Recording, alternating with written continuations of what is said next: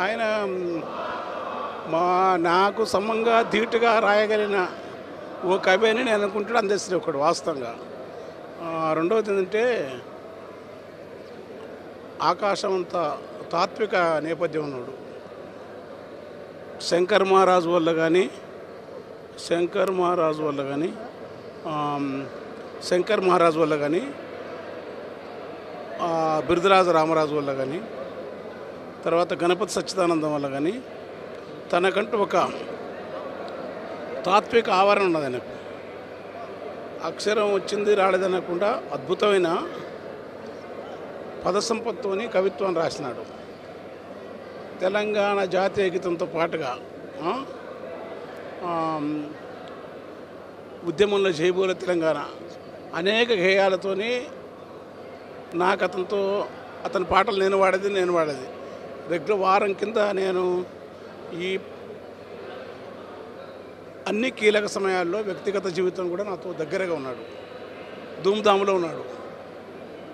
నిన్ననే మాట్లాడుకున్నాను రాత్రి ఒక పెద్ద ప్రసిద్ధ వేణుగోపాల్ దగ్గర అందశ్రీ ప్రస్తావన వచ్చి 12 గంటలకు మాట్లాడినాను. తెల్లవారుదాం ఇట్లయింది. బాధాకరమైన విషయం. తాను తన చరిత్ర అంటే ఇంకా బతకాల్సిన వాడు, నాకంటే ఒక 6 ఏళ్ళు పెద్దవాడే.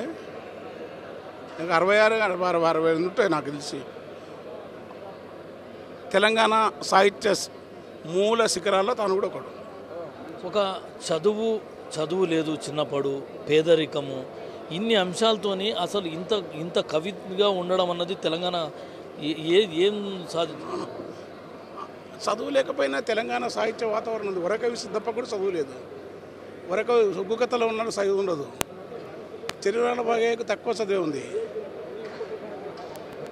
గట్టుపాలపల్లి కవులకు తక్కువ చదువు. తెలంగాణలో ఒక పాలకురికి సోమనాథ్ వెన్నెల పదములు, 9 పదములు, 50 పదం అన్నట్టు కీర్తింతరెద్దా అని కీర్తి గంధర్వుడు యక్షగానసలని ఆనాడు నడచోడు చెప్పి దేని ఇక్కడ ఉన్న వాతావరణం ఏంటంటే చదువుకు సంబంధం లేకుండా ప్రజలు చాలామంది గొప్ప కవున్నారు.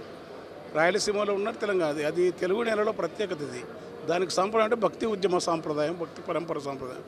అది కన్నడ కవులకు కమ్మాదేవుల కళ్ళమాప్రవులేక చదువు తమ జీవితంలో నుంచి అక్షరాన్ని నేర్చుకుంటారు. చదువును పూర్వపక్షం చేసి కవిత్వాన్ని ముందు పక్షం చేసిన వాడు అందశ్రీ.